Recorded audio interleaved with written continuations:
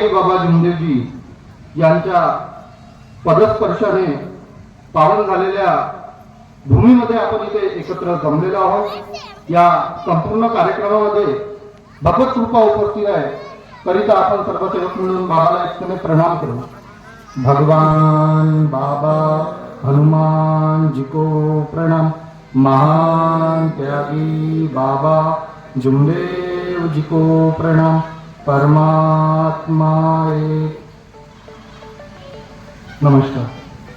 भगवंत प्राप्ती करता निष्काम कर्मयोग साधण्याकरता परमपूज्य परमात्मा एक सेवक मंडळ नागपूरच्या वतीने आणि भगवंताचे उगमस्थान संस्थान कीर्ती परमपूज्य परमात्मा एक सेवक मंडळ मौजा ढोक यांच्या प्रयत्नाने मानव धर्माचे भव्य सेवक संमेलन आणि सामूहिक जनरल हवन कार्य ठरलेल्या वेळेमध्ये पार पडले आणि त्यानंतर भगवान बाबा हनुमानजी महानतेरी बाबा जुमदेवजी आई वाराणसी आणि मंचावर असलेले ज्येष्ठ श्रेष्ठ मार्गदर्शक कार्यकर्ते यांचं स्वागत झालं आणि स्वागत झाल्यानंतर एका भगवत गुणांच्या चर्चा बैठकीला सुरुवात आहे।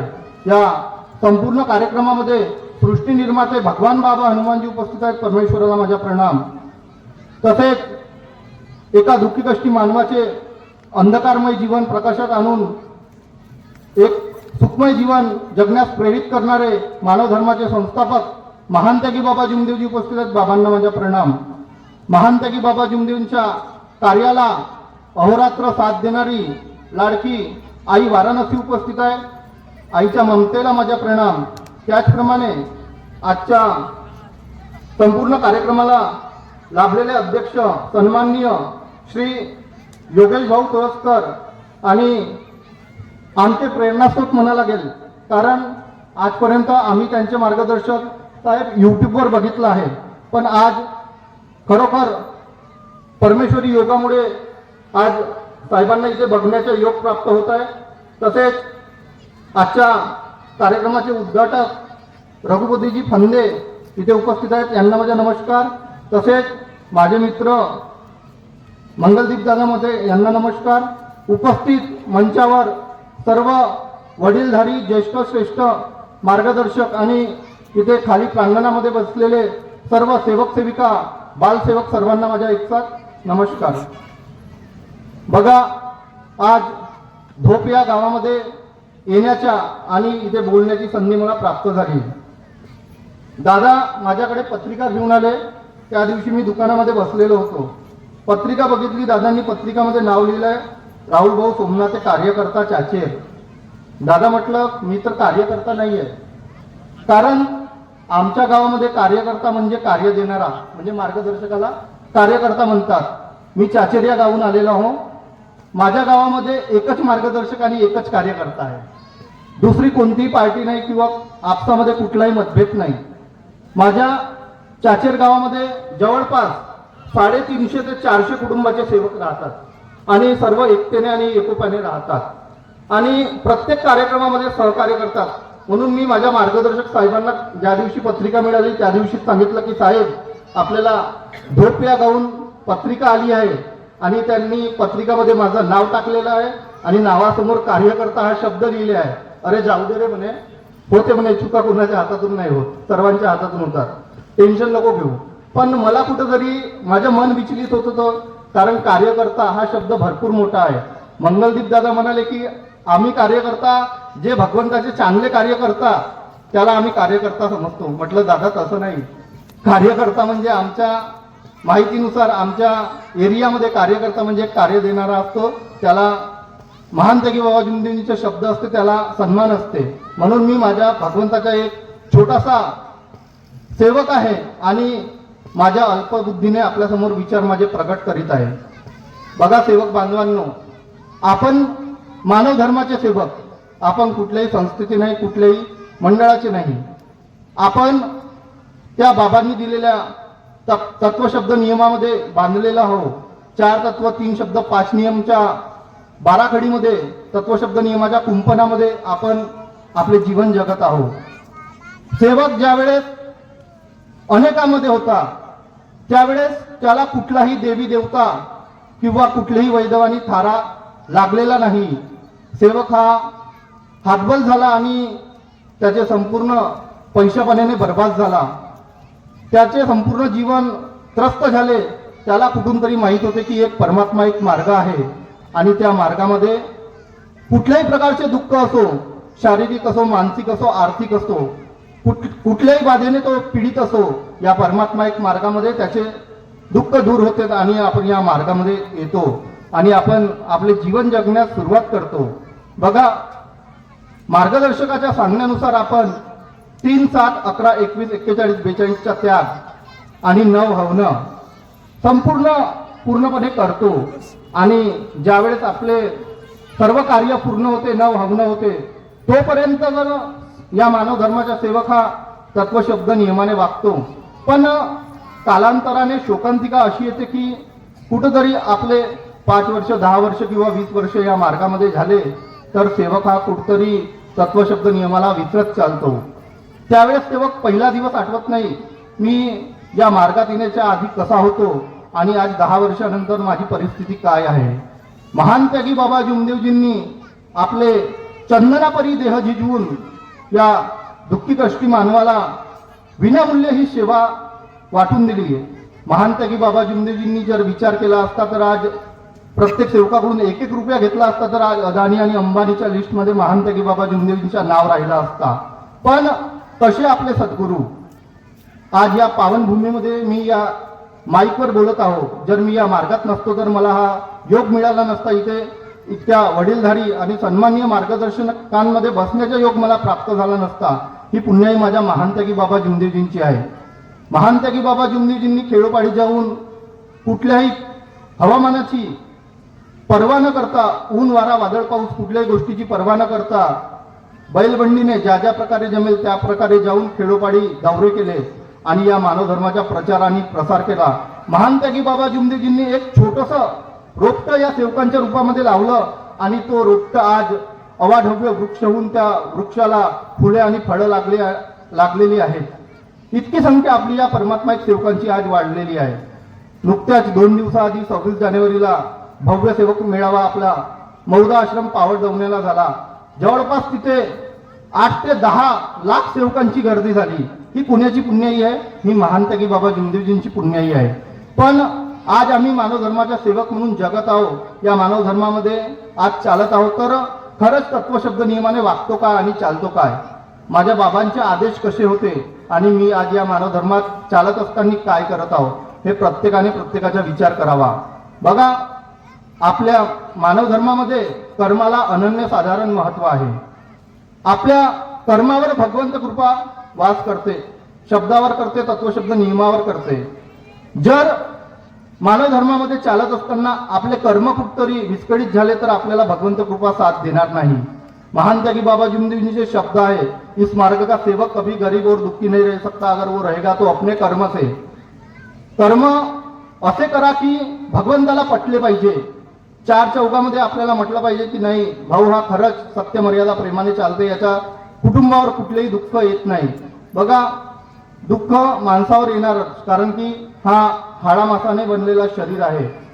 नैसर्गिक आपत्तीमुळे माणसावर दुःख येऊ शकतात. पण आपण जर भगवंतासमोर शब्द ठेवला की भगवंता माझ्यावर या प्रकारचे दुःख आलेले आहेत, मी या डॉक्टरची दवाई घेतलेली आहे, औषधी घेतली आहे, पण माझ्या औषधीला योग द्या किंवा माझ्या विनंतीला योग द्या, तर भगवंत क्षणामध्येच आपल्या विनंतीला योग देऊन आपले दुःख दूर करतो. आजच्या मानव धर्मामध्ये युवा पिढीला भरपूर महत्व आहे. माझ्यासारखे युवा सेवक आज मानव धर्माला कुठतरी विसरत चाललेले आहे. आपल्यानंतर यांची पिढी आहे, हे आपल्याला चांगलं मार्गदर्शन करतात म्हणून आज मी इथे बोलू शकत आहे. जर यांच्याकडून मला मार्गदर्शन मिळालं नसतं तर माझी क्षमता नव्हती तुमच्यासमोर बोलायची. आपण नित्य नियमाने चर्चा बैठकमध्ये गेलो, कोणीतरी या जगात पुस्तक लिहिली आणि त्या पुस्तकीचा बोध घेण्याकरता शाळा उघडून दिली आणि त्या शाळेमध्ये एक शिक्षक नेमला. त्या पुस्तकीचा बोध त्या शिक्षकाच्या माध्यमातून आपल्याला मिळाला. त्याचप्रमाणे महान त्यागी बाबा जुमदेवजींनी सुद्धा माझा हा दुःखी कष्टी सेवक आहे, हा अडाणी आहे, याला तत्वशब्द नियमाची जाणीव कशी होईल त्यासाठी आपल्याला चर्चा बैठक लावून दिली आहे. पण शोकांतिका अशी आहे, प्रत्येक हप्त्यामध्ये आपल्या गावात चर्चा बैठक होते, प्रत्येक 15 दिवसाने होते, कोणत्या गावात महिन्याने होते, पण त्या चर्चा बैठकमध्ये आज सेवकांची संख्या कमी आहे. शोकांतिक आहे. चर्चा बैठक ही महानतेगी बाबा जुमदेवींचा आदेश आहे, पण त्या आदेशाचे पालन आपण कितपत करत आहोत हे प्रत्येक सेवकांनी विचार करायला पाहिजे. कारण चर्चा बैठकमध्ये गेल्याने एकमेकांचे विचार आपल्याला ऐकायला मिळतात. कोणावर कोणते दुःख होते, ते कोणत्या प्रकारे दूर झाले, येणारा नवीन सेवक कधी मार्गात आला, त्याच्यावरचे दुःख कसे दूर झाले, किती भुकाच्या तीर्थाने कोणते दुःख दूर होते, तीर्थ कसा बनवायचा, भगवत कृपा कशी कार्य करते, की त्या चर्चा बैठकीच्या माध्यमातून आपल्याला मिळते. पण हा सेवक हा मोहमाया अहंकाराच्या जाळ्यामध्ये आज पण फसलेला आहे आणि गुंतलेला आहे.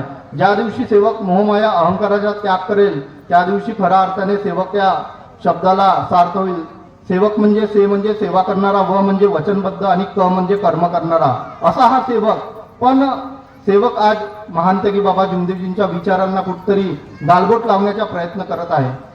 हा मार्ग जुने विचार सोडून नवीन संस्कृती निर्माण करणारा आहे.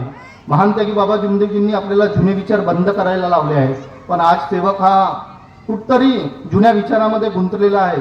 कारण एखाद्या आजीच्या नातू जर 10वी वर्ग पास झाला तर ती म्हणते भगवंताला, भगवंता माझा नातू आज 10व्या वर्गात प्रथम क्रमांकाने आला आहे, मी उद्याला येईन आणि तुझ्या नावाचा भंडारा करील, तुझ्या नावाचा जेवण करील, जेवण सेवकांना देईल. कुठतरी आपण भगवंतासमोर एक प्रकारचा नवस पुकारत आहोत. महानतेगी बाबा जुमदेवजींनी आपल्याला नवसं करायला नाही लावले. जर नवसं करायला लावले असते तर आज तिथे मौदा आश्रममध्ये स्वयंपाक नेणाऱ्यांची संख्या भरपूर वाढलेली असती. म्हणून कुठतरी नवीन विचार या परमात्म्याच्या सेवकांनी केलेला पाहिजे. आजच्या युवा सेवक हा चर्चा बैठकमध्ये गेल्या पाहिजे. कारण चर्चा बैठकमध्ये गेलं तर आपल्याला कळेल. जर कुठतरी आपण चर्चा बैठकच्या दिवशी पाणठेल्यात म्हणा किंवा चौकामध्ये बसलेलो राहिलो तर ही भगवत कृपा कशी कार्य करते आणि आपल्या समोर येणारी पिढी आपण त्यांना काय सांगू. खरं आहे का नाही भाऊ? जर चर्चा बैठकमध्ये गेलोच नाही तर मला बोलता येईल का भगवत कृपा कशी कार्य करते हे आपल्याला समजणार नाही. आणि आपल्या येणाऱ्या पिढीला आपण काय सांगू. मानवधर्म शिकवण सन्माननीय बाळूजी शेडके हे प्रत्येक वर्षी आमच्या चाचेरला येण्याचे प्रयत्न करतात. मागच्या वर्षी कोजागिरी निमित्त आमच्या चाचेरमध्ये ते आले होते. आता 2दा येऊन गेले. त्यांचे सुद्धा मार्गदर्शन इतके छान छान असतात. त्यांनी मानवधर्म परिचय जी मंडळाची पुस्तक आहे ती त्यांनी स्वतः लिहिली आहे. महानतेगी बाबा जुमदेवजी हयात असताना या धोप या तुमच्या गावामध्ये आज बोलत आहोत, या गावाला सुद्धा आपल्या मार्गामध्ये अनन्य साधारण महत्व आहे. 4 डिसेंबर 1990 या गावामध्ये दौरा झाला होता. महानतेगी बाबा जुमदेवजी या गावामध्ये रडले, सेवकांना तत्वशब्द नियमाची भीक मागितली. युग परिवर्तन हो रहा है, वैचारिक क्रांति लाना जरूरी है. महानतेगी बाबा जुमदेवजी को भगवान ने इस पृथ्वी पर मानव को दुखी कष्टी मानव को जगाने भेजा है. इस बाबा को भगवान को तत्वशब्द नियम की भीक दो असे म्हणून रडले महानतेगी बाबा जुमदेवजी या धोप गावामध्ये. आणि आज माझे सौभाग्य आहे की या गावामध्ये मी या स्टेजवर बसलेलो आहो आणि या माईकवर बोलत आहो. खरंच माझी पूर्वजन्माची पुण्याई म्हणावी. कारण इतक्या वडीलधारी लोकांमध्ये बसणं हे भाग्य आहे आणि या पत्रिकामध्ये नाव येणं हे सुद्धा भाग्य आहे. लग्नाच्या पत्रिकामध्ये दादा सर्व कुटुंबाचे नाव असते, सर्वांचे असते, पण ही माझ्या महानतेगी बाबा जुमदेवजींच्या शिकवणीची पत्रिका आहे.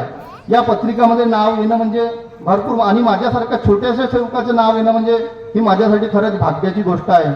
आणि महानतेगी बाबा जुमदेवजी गेल्यानंतर पण ही कृपा आपल्यामध्ये तितक्याच ताकदीने उभी आहे. कसे माझे सद्गुरू आणि कशी त्यांची कृपा. या पृथ्वी तलावर हजारो करोडो संत साधू संत झाले, चांगले चांगले अवलिया या पृथ्वी तलावर झाले, पण त्यांची कृपा जोपर्यंत त्या साधू संतांचं अस्तित्व होतं तोपर्यंत त्यांची कृपा काम करत होती. पण माझे महानतेगी बाबा जुमदेवजी गेल्यानंतर पण ही परमेश्वरी कृपा तितक्याच ताकदीने कार्य करत आहे आणि तितक्याच ताकदीने आपल्या सेवकांमध्ये उभी आहे. तर कशी कृपा, आणि या कृपेचा वापर प्रत्येक सेवकांनी केला पाहिजे. बघा, भगवंतासमोर जर आपण नम्रपणे विनंती केली की भगवंता माझ्या परिवारावर किंवा माझ्यावर या प्रकारचे दुःख आहे आणि तुमच्या कृपेने हे दुःख दूर झालं पाहिजे, तर ते दुःख आपल्या क्षणामध्येच दूर होते. पण केव्हा? जर सेवक ध्येयवादी, तत्ववादी आणि निष्ठावंत असेल तरच होईल, अन्यथा होणार नाही. देगाहारी आणि पलंगावरी असं म्हटल्यानं होणार नाही. आपण कितीही अगरबत्त्या लावल्या, कितीही कापूर लावला, कितीही सकाळी उठलं, कितीही सायंकाळची प्रार्थना केली तर भगवंत कृपा आपल्यात कार्य करणार नाही. पण सेवक जर महानत्यागी बाबा जुमदेवजींनी दिलेल्या तत्वशब्द नियमाने आणि शिकवणीने चालला तर त्याच्या पायाला काटा सुद्धा रुतणार नाही, हे महानत्यागी बाबा जुमदेवजींचे शब्द होते. मानव धर्मामध्ये सेवकांची संगत कशी आहे याला भरपूर महत्व आहे. बघा, मी आहे आणि माझा मित्र आहे. मी जर चांगला चालेल तर माझा मित्र सुद्धा चांगला चालेल. जर मीच वाईट मार्गाने चालेल तर माझ्यासोबत राहणारे 10 लोक सुद्धा वाईट मार्गाने चालेल. महानत्यागी बाबा जुमदेवजींनी आपल्याला जुने विचार बंद करायला लावले, वाईट व्यसन बंद करायला लावले. दारू टॉनिक सट्टा जुवा लॉटरी पटाची होड कोंबड्याची काती हे तर बंदच आहे. पण शोकांतिका अशी आहे की आज कॅन्सरचे प्रमाण भरपूर वाढत आहे. आपण नित्य नियमाने खर्रा खातो, तंबाखू खातो. तंबाखूमध्ये निकोटीन हा पदार्थ असते आणि निकोटीनमुळे कॅन्सरचे प्रमाण आजकाल भरपूर वाढत आहे. म्हणून माझी सेवकांना विनंती आहे की खर्रा, तंबाखू, सिगारेट ह्या गोष्टी ज्या आहेत त्या आपल्या शरीरासाठी हानिकारक आहे. आणि जर महानत्यागी बाबा जुमदेवजींनी त्यावेळेस जर हा विचार केला असता तर खरंच आज हा मानव धर्माचा सेवक खर्रा, सिगारेट, तंबाखू या वाईट व्यसनापासून दूर राहिलेला असता. खर्रा, तंबाखू, सिगारेटमध्ये जे आपले पैसे जात आहेत ते आपल्या कुटुंबासाठी बचत करा, आपल्या मुलाबाळांच्या शिक्षणासाठी बचत करा, आपल्या मुलीच्या लग्नासाठी बचत करा. कारण कॅन्सरचे प्रमाण हे पुरुषांमध्ये तर तितकेच आणि महिला सुद्धा, आमच्या महिला सेवकिनी आहे यांच्यामध्ये सुद्धा कॅन्सरचे प्रमाण भरपूर वाढत आहे. कारण की माझी सेविकाताई सुद्धा खर्रा आणि तंबाखू खाते. म्हणून शोकांतिका आहे, थोडा विचार करा माझे किती पैसे या वाईट व्यसनांमुळे जात आहे. बघा, एका पाण्याचा थेंब आहे, तो जर चिखलामध्ये पडला तर त्याचं अस्तित्व संपून जाते. तोच जर माझ्या हातावर पडला आणि असा बघितला तर तो हिऱ्यासारखा चमकते. तोच जर एका शिंपल्यामध्ये पडला तर त्याचा सुंदर असा मूर्ती घडतो. आणि संगतीचा परिणाम, चिखलामध्ये पडला नष्ट झाला, हातावर पडला चमकला, शिंपल्यामध्ये पडला त्याचं मोती झालं. म्हणून आपल्याला विचार करायचा आहे की आपल्याला कोणत्या मार्गाने चालायचं आहे, चांगल्या मार्गाने चालायचं आहे की वाईट मार्गाने चालायचं आहे. हा संगत ज्याची त्याची त्याला ठरवायचा आहे. म्हणून आजच्या प्रसंगी मला इथे बोलण्याची संधी मिळाली, माझे सौभाग्य आहे. या संपूर्ण आयोजक मंडळांचे मी आभार व्यक्त करतो. आणि या महानत्यागी बाबा जुमदेवजींनी दिलेल्या शिकवणीला, तत्वशब्द नियमाला कुठेही गालबोट लागणार नाही याचा प्रयत्न प्रत्येक सेवकाने करावा.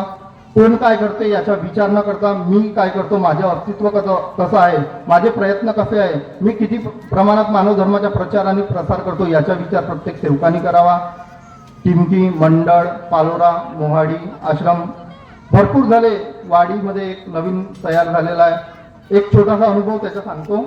जो एक वाडीमध्ये कार्यकर्ता आहे, माझ्या बाबांचे विचार कसे होते आणि आजच्या कार्यकर्त्यांचे विचार कसे आहेत.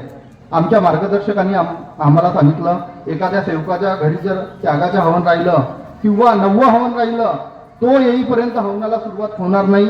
त्याचं नवरा बायकोने पाय धुवून स्वागत करावं. तो रात्री 8 वाजता येऊ किंवा 9 वाजता येऊ, त्या टायमाला हवन होईल. मग कुठे आजच्या कार्यकर्त्यांचे विचार.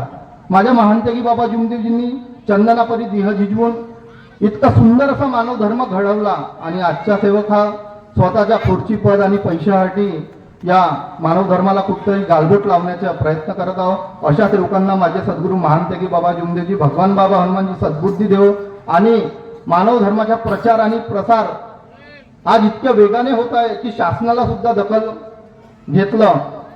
26 जानेवारीला मौदा आश्रमला भव्य असा सेवक मेळावा झाला. सन्माननीय महाराष्ट्राचे उपमुख्यमंत्री देवेंद्रजी फडणवीस त्या कार्यक्रमाला आले आणि त्या मौदा आश्रम, पावडदेवना आश्रमसाठी 77 करोड रुपयाचा आराखडा त्यांनी मंजूर केला. हे आपल्या सेवकांसाठी कुठतरी खुशीची गोष्ट आहे. कारण जे कार्य सरकारला जमलं नाही व्यसनमुक्तीचं, ते आज माझ्या महानत्यागी बाबा जुमदेवजींनी करून दाखवलं. त्यांच्या कार्याने, त्यांच्या सेवकांनी करून दाखवलं.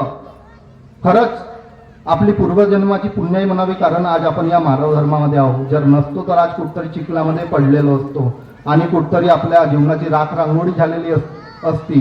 म्हणून या प्रसंगी इतकं बोलतो. आणि जर माझ्या बोलण्यातून कोणाचं मन दुखलं असेल तर मी सर्वप्रथम भगवान बाबा हनुमानजीला क्षमा मागतो, महानत्यागी बाबा जुमदेवजीला क्षमा मागतो, आई वाराणसीला क्षमा मागतो, आजच्या कार्यक्रमाचे अध्यक्ष साहेब, उद्घाटक साहेब, वडीलधारी, संपूर्ण मंच, खाली बसलेले सेवक सेविका, बालगोपाळ सर्वांना क्षमा मागतो आणि नमस्कार करतो. नमस्कार.